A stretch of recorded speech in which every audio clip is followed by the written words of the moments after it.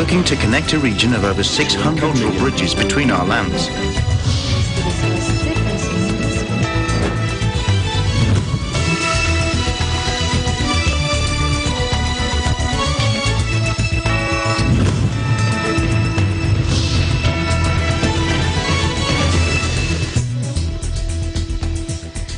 Hello, Mama Angeles. We're moving to the next stage of the pandemic, and as the world resets to the new normal, we find ourselves seeking the right balance between health and livelihood, constantly adjusting the boundaries between liberty and responsibility. Welcome to ASEAN in Focus. First, we would like to welcome to the program, and we're honored to have His Excellency Charles C. Jose, Ambassador of the Philippines to Malaysia. Good afternoon from Manila, Mr. Ambassador. Hi, good afternoon po sa inyo, and thank you so much for having me again in your program.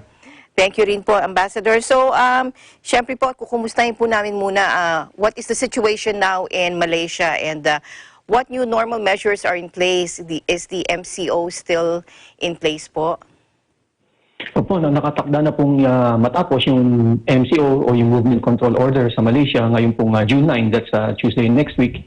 And we expect na magbubukas na po ang embassy on June 10 at bilang safety measures, we have instituted a number of precautionary measures to ensure the safety of our customers and clients as well yung safety po and ng ating mga embassy personnel. So unang-una po sa mga measures namin ay para po iwasan yung mga gathering ng large people, especially sa aming consular area, ay mag-start po kami ng online appointment system. So yun lamang po na may prior appointment ang pwede po mag-avail ng ating consular services, whether renewal ng passport o mag-apply ng bagong passport, mag-apply ng visa, magpapa-authenticate ng documents o civil registration o assistance to nationals. Gayun din po yung aming labor office, yung mga may kailangan po sa services sila, kailangan po kumuha muna ng prior appointment at pwede pong magawa ito by visiting ang aming pong Facebook page. Nandun po yung link para po sa aming online appointment. And second measure po ay sa mga kababayan po natin na nasa East Malaysia, nasa Sabah, Sarawak at Labuan.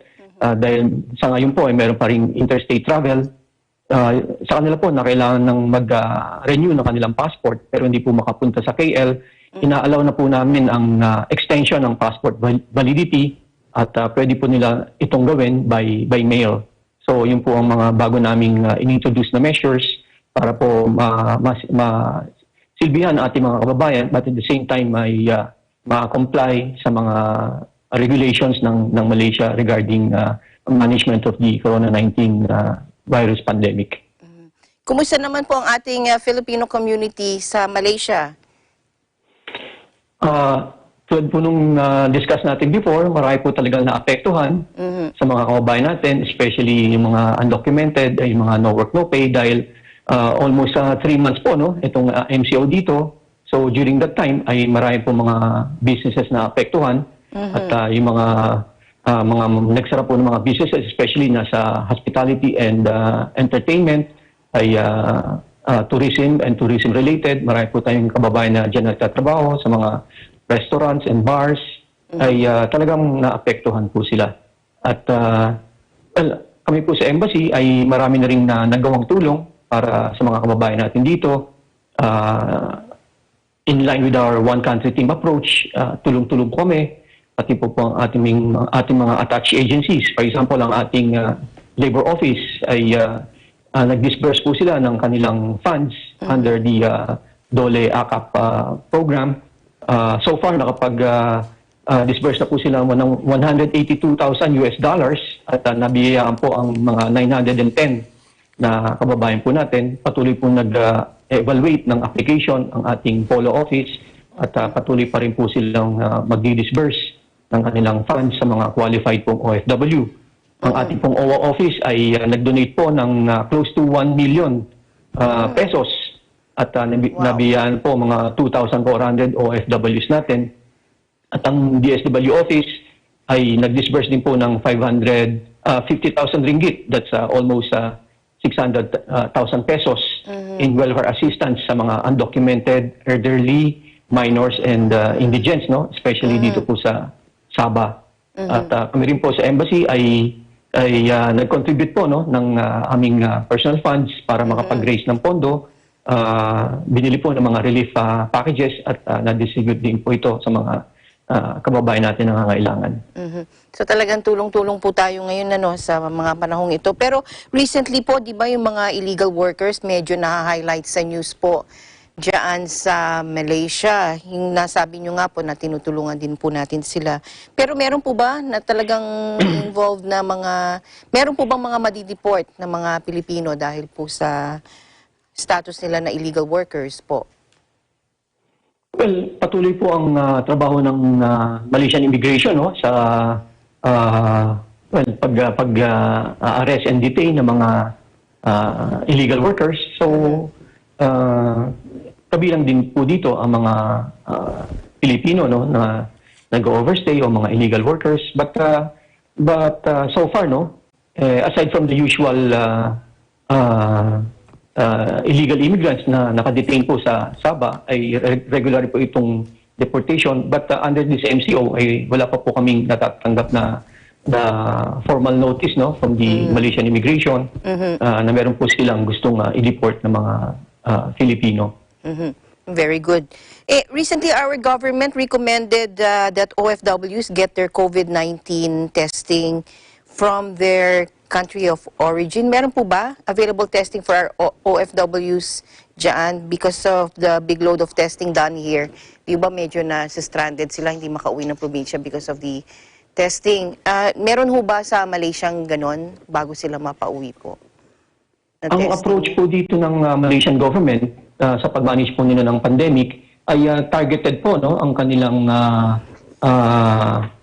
ng testing. So inuuna po nila yung mga high-risk group, yung elderly,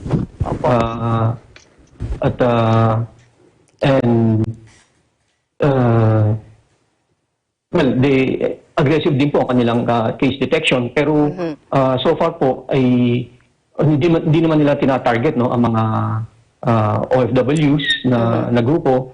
Pero so far po yung mga because we have already undertaken 3 repatriation operations no and we require them to submit a medical certificate that they are COVID-19 virus free.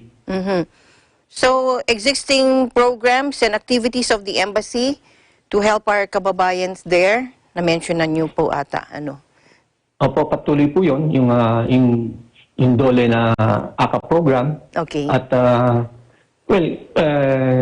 kami po sa embassy, of course, patuloy po namin tinutulungan yung mga stranded na Filipino dito, either yung mga tourist na naipit ng MCO o yung mga OFWs po no na finish contract na. Tulad na nabanggit ko, meron na po kaming 3 repatriation operations na naisagawa at patuloy po namin ina-assess no dahil marami pa pong mga Pilipino ang malapit sa amin at humihingi po ng ayuda sa pag-uwi. So we're trying to assess no yung situation whether it would warrant another chartered flight. Nakapag-isang chartered flight po kami, nabayad po ng Philippine government no. At and we're also monitoring yung mga COVID-19 positive na kababayan po natin at meron po tayo under our monitoring na still 25 na kababayan po natin ang undergoing treatment. Nung una po 123 tested positive, 98 na po ang gumaling at na-discharge. So meron pa pong 25 na undergoing treatment, so minomonitor pa po ng embassy ito. So libre po ang pagpapagamot nila dyan? Opo no. Dahil itong mga na-infect po ng virus, karamihan po ay mga Filipino Muslim students na nag-aaral po sa madrasa, no? School dito. Okay. They attended yung malaking tabligh gathering dito po sa Sipet Talimo sa Selangor noong pong February 27 to March 1. At yung pong school nila no, ang responsible po sa kanilang expenses for treatment. Okay. So, yun pala. Meron po ba kayong mensahe, Ambassador, sa ating mga kababayan na nakikinig po ngayon sa inyo? Opo, no, ulitin ko po yung mga message ko po sa kanila nung nakaraan. ay gusto ko ipabatid sa kanila na talagang alam po ng embassy no, na ang kanilang pinagdadaanan, alam po namin na hindi madali dahil nga po karamihan sa kanila ay nawalan ng trabaho at kita at tulad ng na-discuss ko, iba't ibang uri po no, ng ayuda ang binibigay ng embassy para po sa mga stranded Filipinos, sa mga COVID positive, sa mga OFW at sa mga undocumented. Pero at the same time, humingi po ako ng pangunawa nila na dahil nga po limited ang kakayahan at resources ng ating pamahalaan, ay hindi po natin kayang tugunan ang bawat isa sa kanila pong pangangailangan. But we are trying our best. Mga kaasa po sila na ginagawa po namin lahat ng aming makakaya para po matulungan sa kanila ang pinaka-nangangailangan po ng tulong. All right. Thank you very much, Mr. Ambassador, and thank you for taking care of our kababayans there. Maraming salamat po sa oras na ibinigay niyo po sa amin. Thank you so much. Salamat po sa inyo. Okay, thank you very much. ASEAN in Focus. We'll be right back.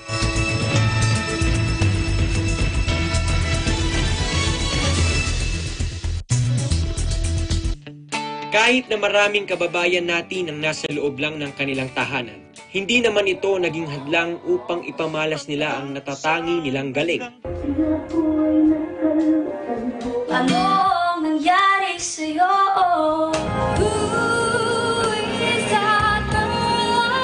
Sa ating next episode, saksihan ang online audition ng ating mga TNG aspirants. Siyempre, dito lang yan sa pinakamalaking talent competition sa Pilipinas, Tagisan ng Galing.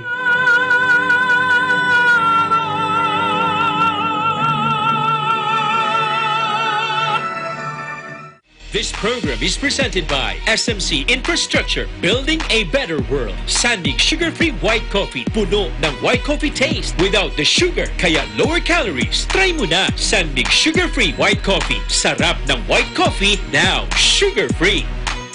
Vet-approved Nutrichos, the only premium dog food with active boost for optimum energy and prebiotics that help strengthen immunity. Just like Catherine Bernardo, gawing listo ganado ang fur babies niyo. Listo ganado sa Nutrichos. Magnolia Chicken Templados, delicious, ready to cook and freshly marinated daily. Pure Foods Lunch and Meat, pure sarap for every family. Star Chunky Cheese Corned Beef, ang cheesy ng corned beef mo. Walang duda, kids can tell na #1 ang Pure Foods Tender Juicy. Ang tender, ang juicy, ang sarap. Co-presented by Cooper, expert in air conditioning and electromechanical.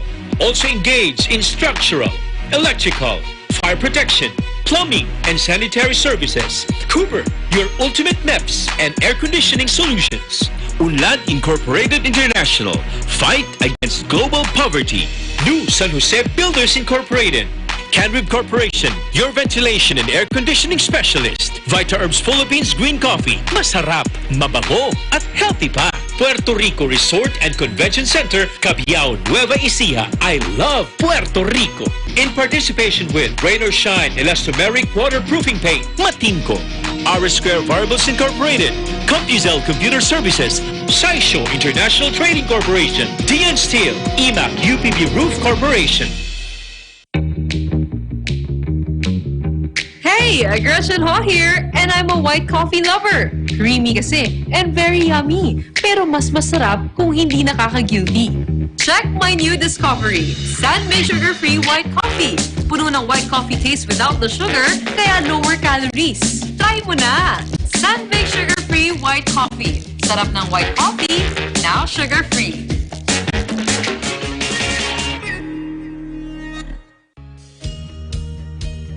Skyway Stages 1 and 2, the elevated toll road system project, run from a section of the South Luzon Expressway from Alabang to Magallanes, Makati. The Skyway Stage 3 is an elevated expressway connecting the South Luzon Expressway through the existing Skyway Stages 1 and 2 to the North Luzon Expressway via Balintawak. Skyway Stage 4 is an 80-kilometer mixed elevated and at-grade toll road that will connect the existing Skyway system, starting from the FTI section all the way to Bulacan. Listo at ganado ang baby ko sa vet-approved Nutri-Chunks. With active boost and prebiotics na pampalisto. Made with real meat, with essential nutrients to help them grow healthy and happy. Listo, ganado sa Nutri-Chunks. Ikaw lang ang star ng buhay ko. Para sa akin, perfect ka. Ibang klase ang sarap ng corned beef mo. Ang cheesy ng corned beef mo. Pag Star Chunky Cheese Corned Beef, sarap ng corned beef, inangat pa ng real cheese cubes. Kaya perfect ang sarap. Star Chunky Cheese Corned Beef.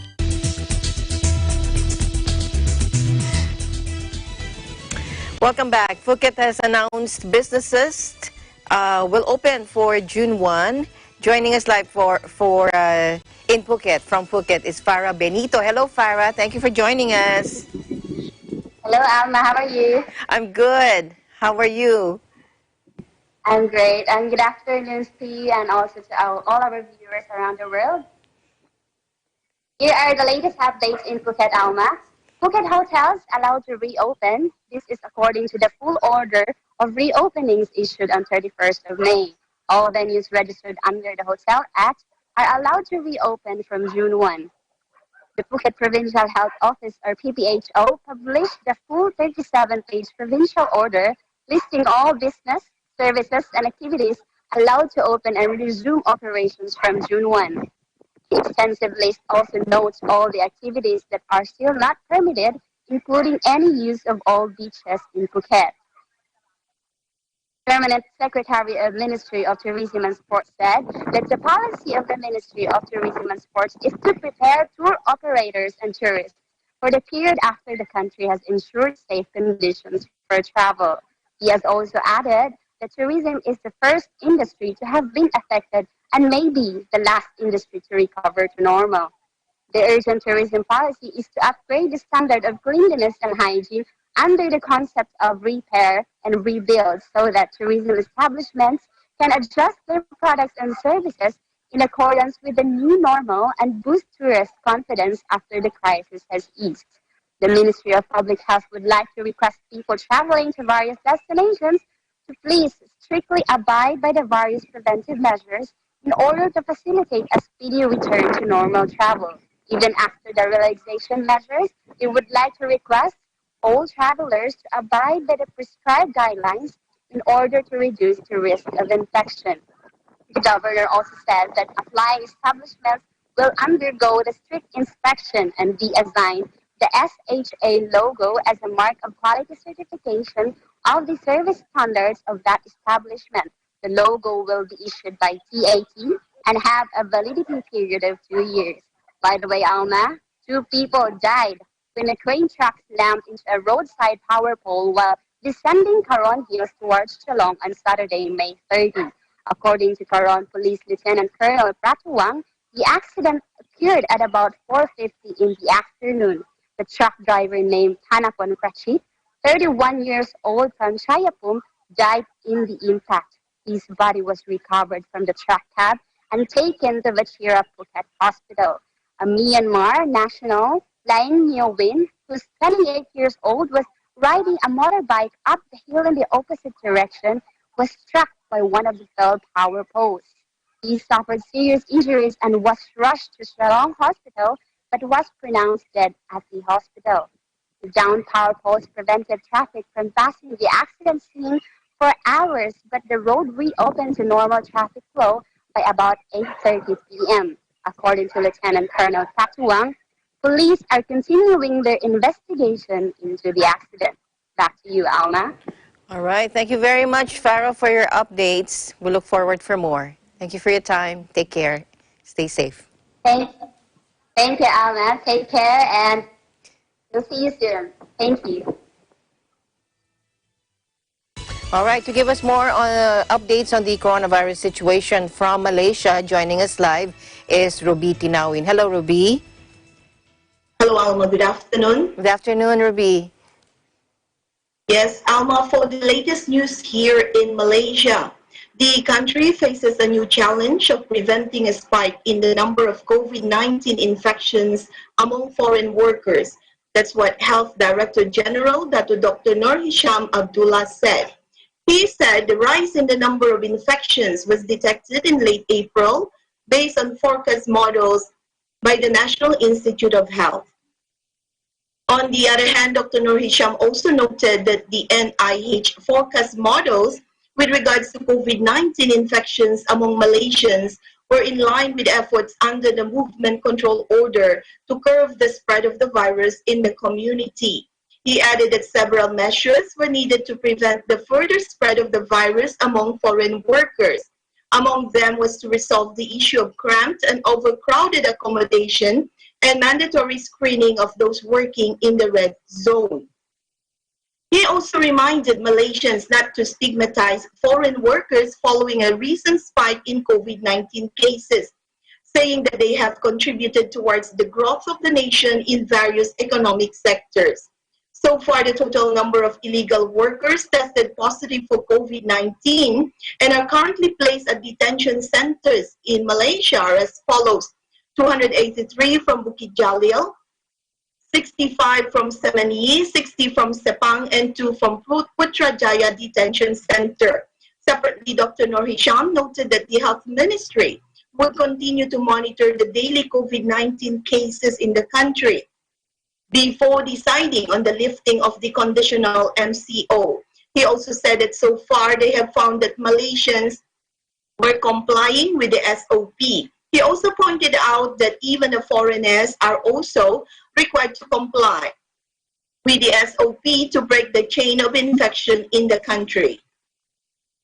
Meanwhile, illegal immigrants currently held at immigration detention centers nationwide will be deported to their respective countries starting next week. That says by Datuk Seri Ismail Sabri Yaakob. The senior minister said the repatriation process would start with Indonesians on June 6.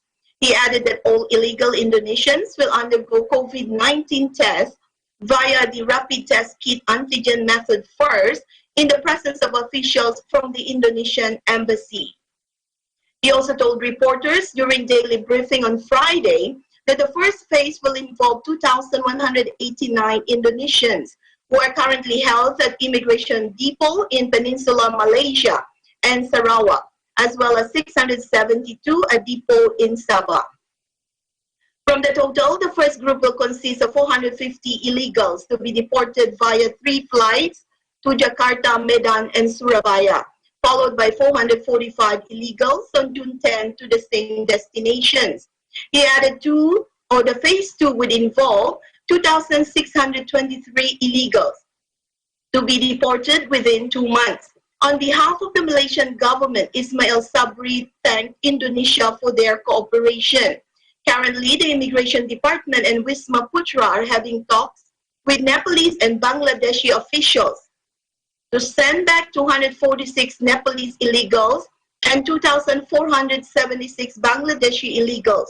In addition, the Cambodian embassy has also expressed their willingness to assist in the deportation of 67 of their citizens. The minister also hoped that other countries will come forward and cooperate in taking back their citizens held at Malaysia's detention centers nationwide. In other news, experts raise concerns about damage to Malaysian children's mental health and formative learning with extended school closures due to COVID-19. According to several experts, children and younger students could experience serious harm to their early socialization and learning abilities if their enforced isolation under the movement control order is prolonged. While the government has relaxed the MCO to allow most businesses to resume activities, schools nationwide are still closed indefinitely. And while it is unclear when schools will be reopened, the Higher Education Ministry may have provided a clue when it said university classes will remain strictly online until December 31st. Apart from the importance of academic achievement, Early Childhood Care and Education Council President Dr. Chiam Heng Keng said An aspect that needed equal attention was a child's mental state during the isolation, which cuts out interaction with friends and school activities. Chiam, who is also a social psychologist, said children could develop aggressive and delinquent traits if they are prevented from opportunities to interact socially with their peers during the MCO and beyond.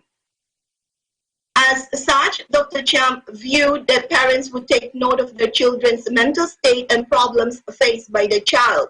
He also urged the Education Ministry to start training teachers to equip them on how they can effectively conduct lessons online for children, adding that teachers need to know how to conduct more group activities to replicate the environment of children's interaction in school with their friends and in classroom.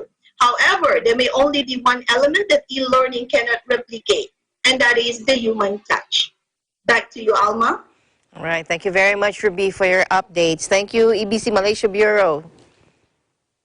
Yes, thank you. Report live from EBC Malaysia Bureau. This is Ruby Tinawin. We live in interesting times.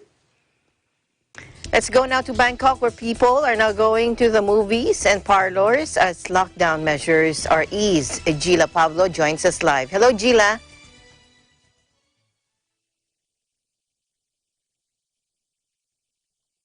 Yes, hello, good afternoon, Alma, and good afternoon to all the viewers around the world, all the way from here in Bangkok, Thailand.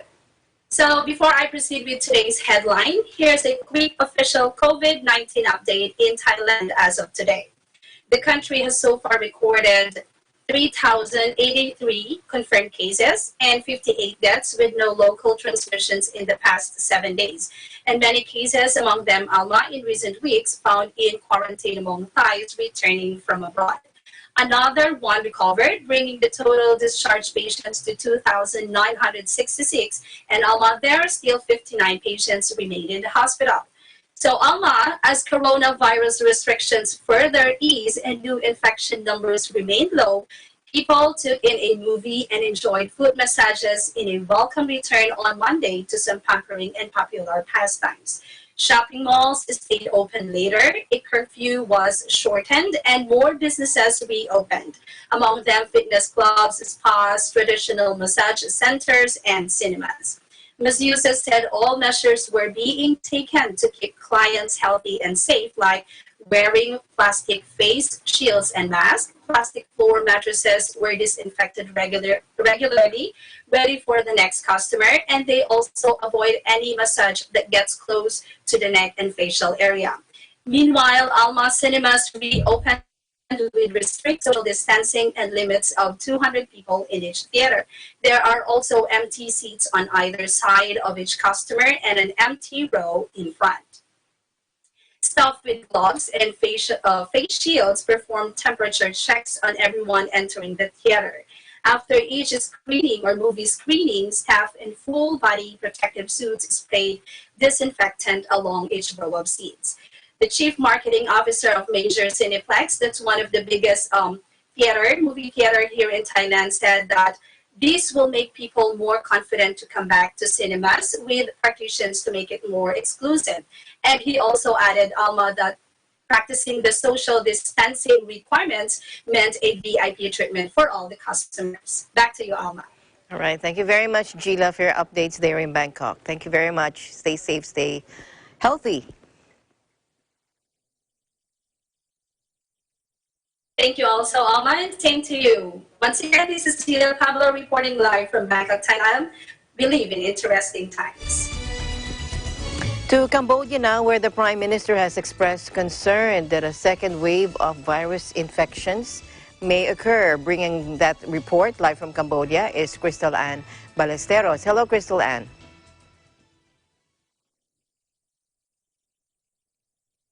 Okay, can you, maybe you have to unmute your audio, Crystal.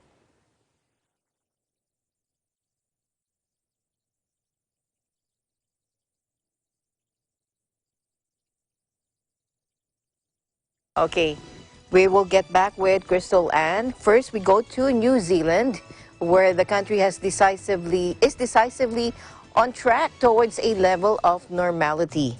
Okay, so Bea Borja reports from New Zealand. Hello, Bea. Hello, Alma. How are Hello. you? Hi. I'm good. Thank you for asking. How are you? You look good. And thank you. It's getting better. I'm sure. Yeah. New Zealand, So, yes. Go ahead. yep.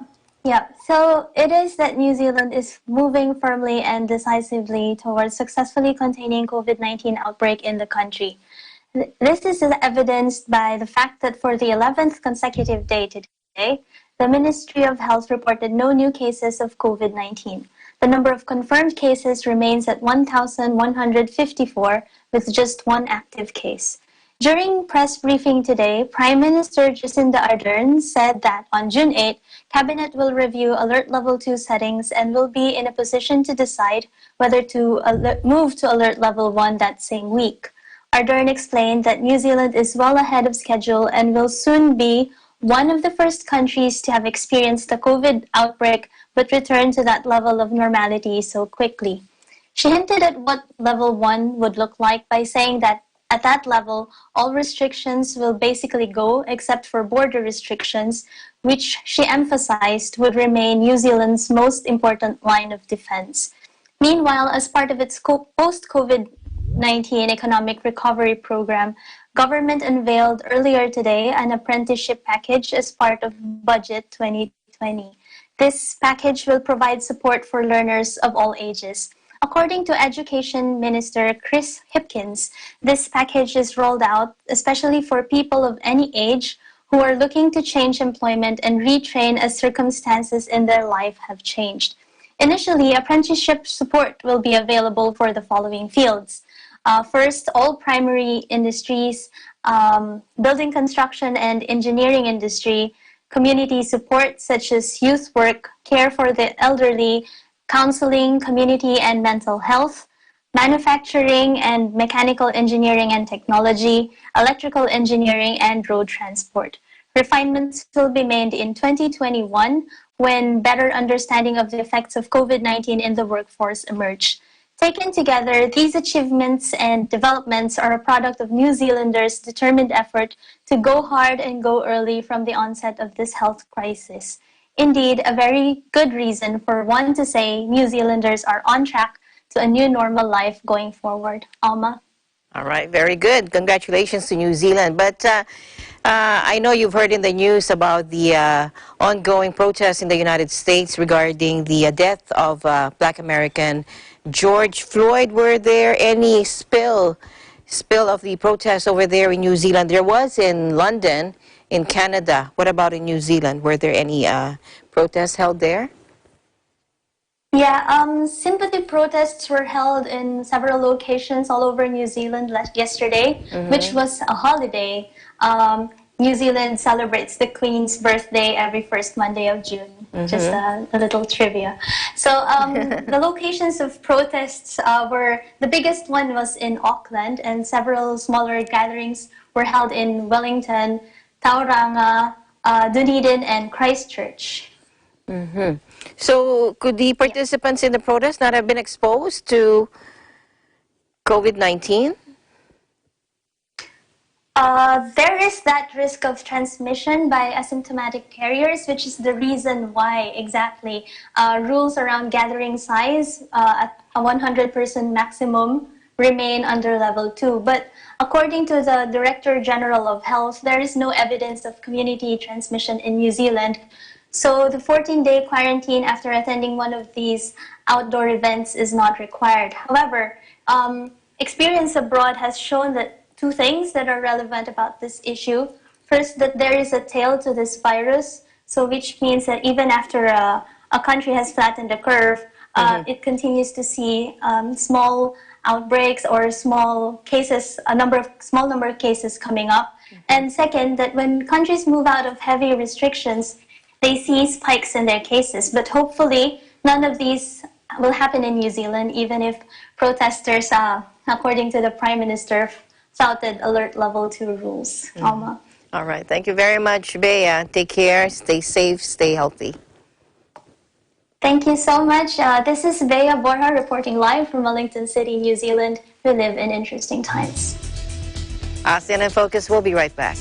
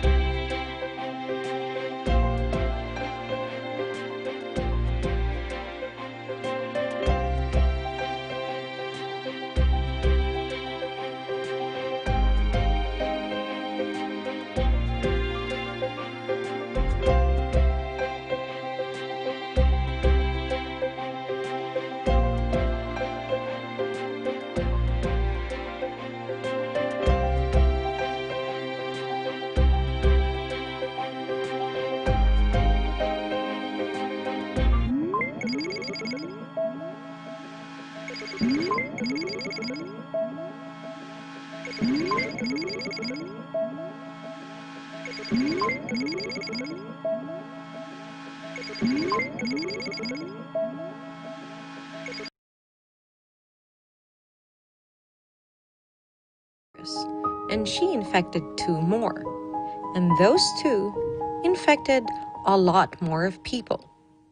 And it goes on and on until it became an epidemic. But what if Demi stayed at home? Then those two wouldn't have contracted the virus. Then those people would have not been infected. This is not just your battle, it's everyone's, and you can be a huge help. Follow social distancing, or better yet, stay at home.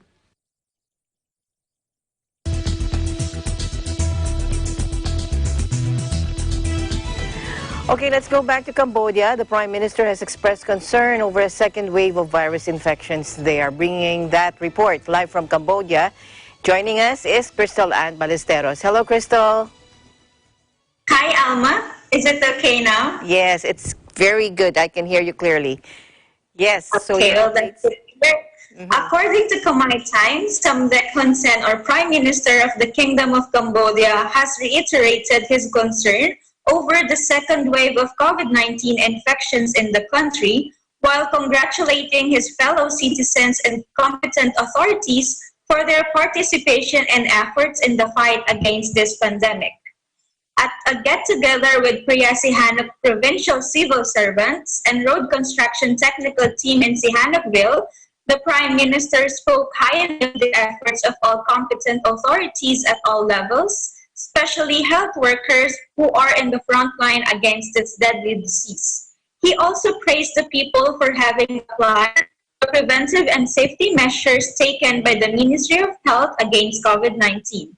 At the same time, Mr. Hun Sen encouraged all students to study hard through e-learning and asked for understanding from the parents for the continued school closure due to the fears of second wave of COVID-19 infections. Despite the Prime Minister's repeated concerns and calls for vigilance, Cambodia seems to completely ignore his plea and advise as they continued with their life with the previous norm, while others in other countries are returning to life non-normal with social distancing and extreme self-hygiene measures. The Ministry of Health is also not doing itself any favors by not setting a roadmap to reopen business or revealing complete data such as daily testing number of people tested versus numbers tested per million, or the use of rapid test kits to have a better understanding of the virus in Cambodia. Meanwhile, Cambodia's COVID-19 positive cases increased to 125 with 2 active cases. Another Cambodian who returned from abroad, this time by road, from southern Thailand province has been tested positive for COVID-19. Luckily, the 39-year-old Cambodian female who was tested positive for the virus upon her return from the United States on May 23 has been treated and released from the Khmer Soviet Friendship Hospital. This leaves the latest victim and another male aged 26 from Kampot who are currently classified as active cases receiving treatment. The 26-year-old male was tested positive after returning from the Philippines on May 21. Back to you, Alma. Thank you very much. Also, Crystal, the World Bank has extended help to Cambodia? Yes, Alma, that is true. According to ASEAN Plus News Network, poverty in 2020 could increase among households involved in key sectors like tourism, construction, trade, manufacturing, and the garment industry by between 3 to 11% points higher than at the baseline, or in the absence of COVID-19. And the report also said that adding that fiscal deficit could reach its highest level in 22 years. So the special focus of the report also highlighted key policy recommendations to improve the quality of education in Cambodia, such as strengthening accountability in public schools linking salary increase and promotion to performance, and further upgrading the capacity and quality of teachers. All right. Thank you very much for your update, Crystal. Stay safe, stay healthy. Likewise, Alma reporting live here in Cambodia. I am Crystal Ann Ballesteros, and we live in interesting times. To other news now, let's head on up first to the U.S. The National Guard was deployed to Sacramento as protests in the death of George Floyd continue. Joining us live from Sacramento, California is MJ Racadio. Hello, MJ. Hi, Alma. Good afternoon, Manila. Good evening over here in California. Yes. It really does a sad day here in America because of the death of George Floyd.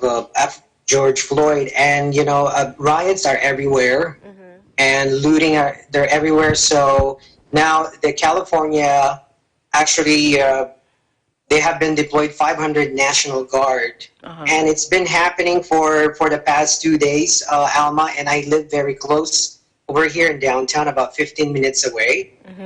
And, well, the announcement follows 2 nights of theft and vandalism in downtown and midtown, which came after peaceful protests against police brutality. So there's about 130 businesses and had their doors and windows broken over the course of both nights, and said Downtown Sacramento Partnership Executive Director Michael Alt, he estimates 10 million in damage has been done, and that about 300 buildings had graffiti on them as of today. So the destruction occurred despite the presence of 10 law enforcement agencies last Sunday, and according to Alt, we need to do something, and we can't continue to tolerate this level of destruction to our downtown. And also, Alma, according to Steinberg, which is the mayor of Sacramento, according to him, we are going to try to shut it down tonight, even before it gets dark, referring to the destruction and theft. So he also helped with the cleaning up in downtown. And now, because the results have been mixed in other cities, but wanted to provide another tool to police. So the plan for the curfew to have exceptions for media, essential workers, and people going to and from work.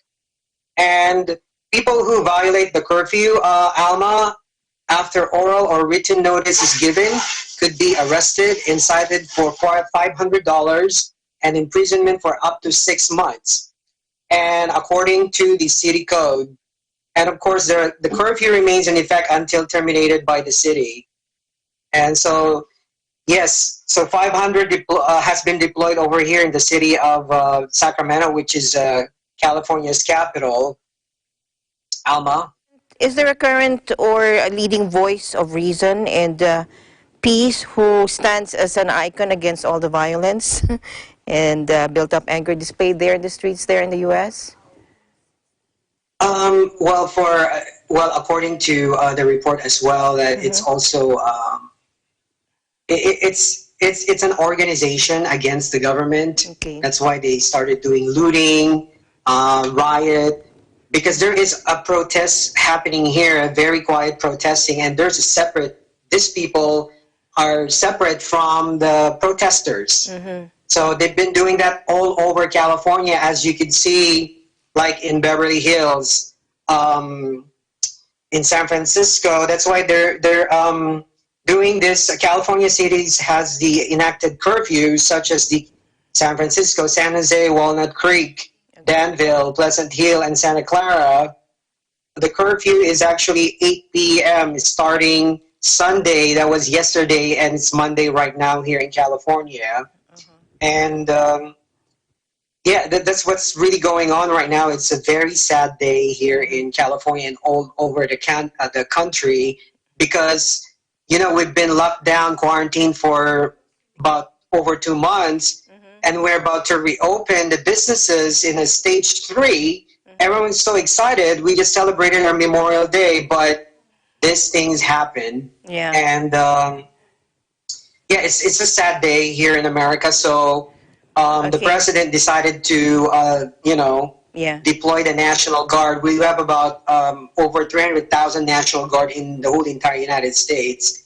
And it's crazy thing over here, Alma. So luckily, we just have to be vigilant over here in Sacramento.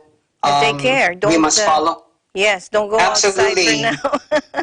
Yes. And yes. I know you have some good news for us as well. Yeah, there is a good news. You know what? Despite of this very bad news over here in all over the United States, there's indeed a very good news.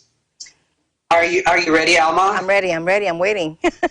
Yes, this is breaking news. EBC Films Guerrero 2, Tuloy ang Laban, the fight continues, having its official Hollywood Foreign Press Association screening this week.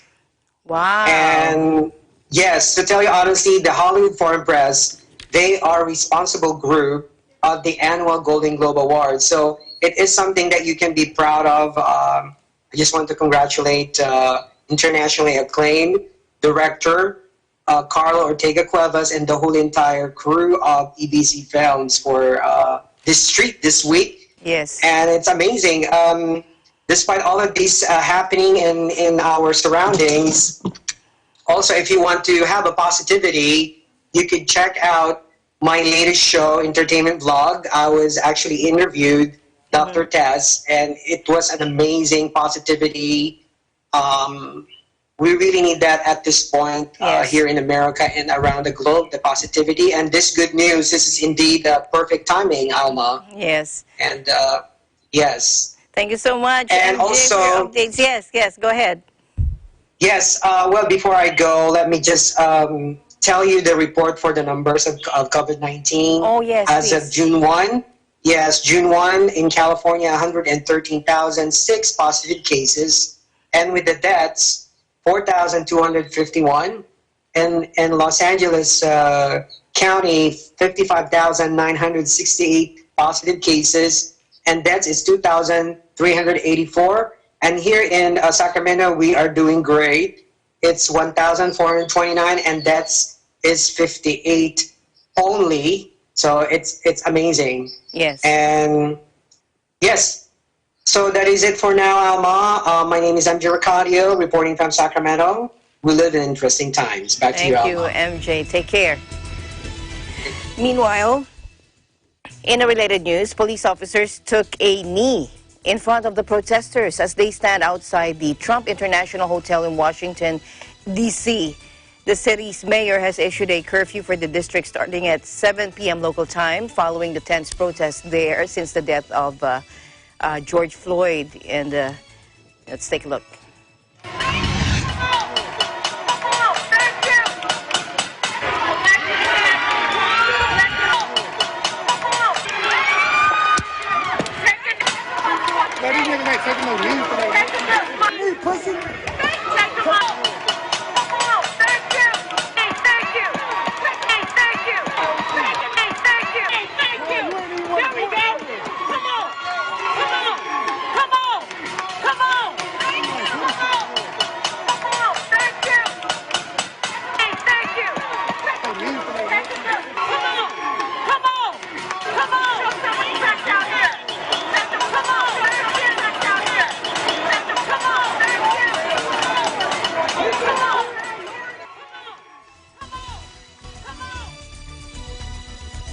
Meanwhile, protesters in Los Angeles also show their frustration on the police killing of George Floyd in Minneapolis.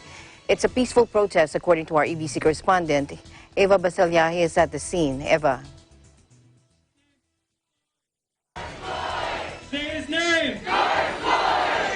Protests continue in Los Angeles, California, where demonstrators voiced their dissension stemming from alleged police misconduct. I'm protesting the death of George Floyd and all the people who've been killed recently by the killer cops. I think the injustice that's been going on within my black community as well as other minority communities in LA and just throughout the whole entire nation. Specifically the murder of George Floyd in Minneapolis due to police brutality, kneeling on his neck for 7 minutes when he stated that he could not breathe. Well, not just George Floyd. That's the impetus, right? This has been systematic here in the United States for well over 400 years, how we treat people, black people in particular. George Floyd, his senseless, horrible death, was the catalyst. Me as a white person, I'm here to support these voices of color, to help raise them up and just be here, as an ally.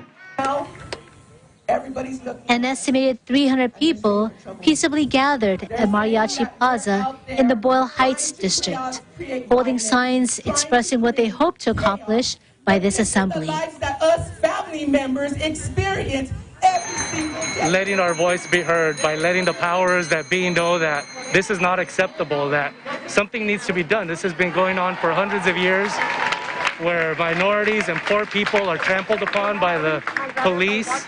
Aside from allegations against law enforcement, protesters also expressed opinions on how to address issues of racism and how to uphold the fair and respectful treatment of every individual.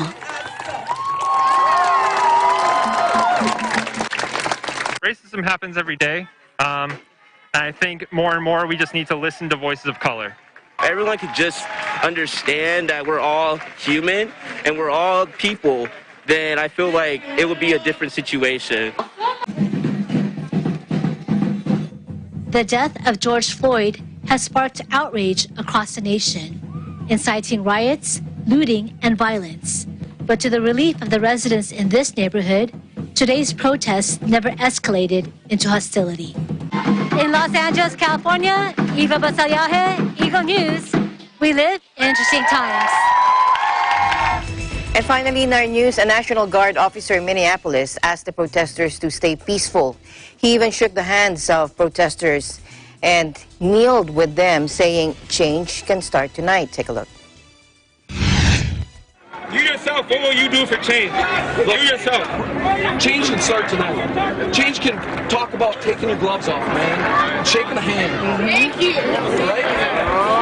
Elbow! Use this as a talking Coronavirus elbow! stick. Use a talking stick. Look, hey, what we're asking for is a peaceful evening. All right? No violence. I got your word. No violence. No violence! No violence!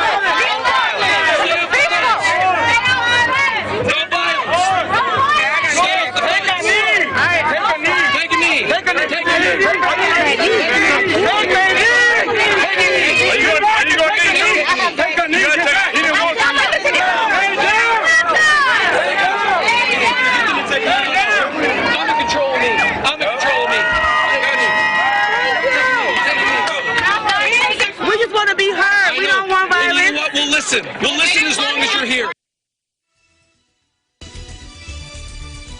All right, and that's our news for today. But before I go, I would like to greet my brother, my baby brother. A very happy birthday, Nat. Happy birthday to you. Thank you for joining us here in ASEAN in Focus. I'm Alma Angeles. We live in interesting times.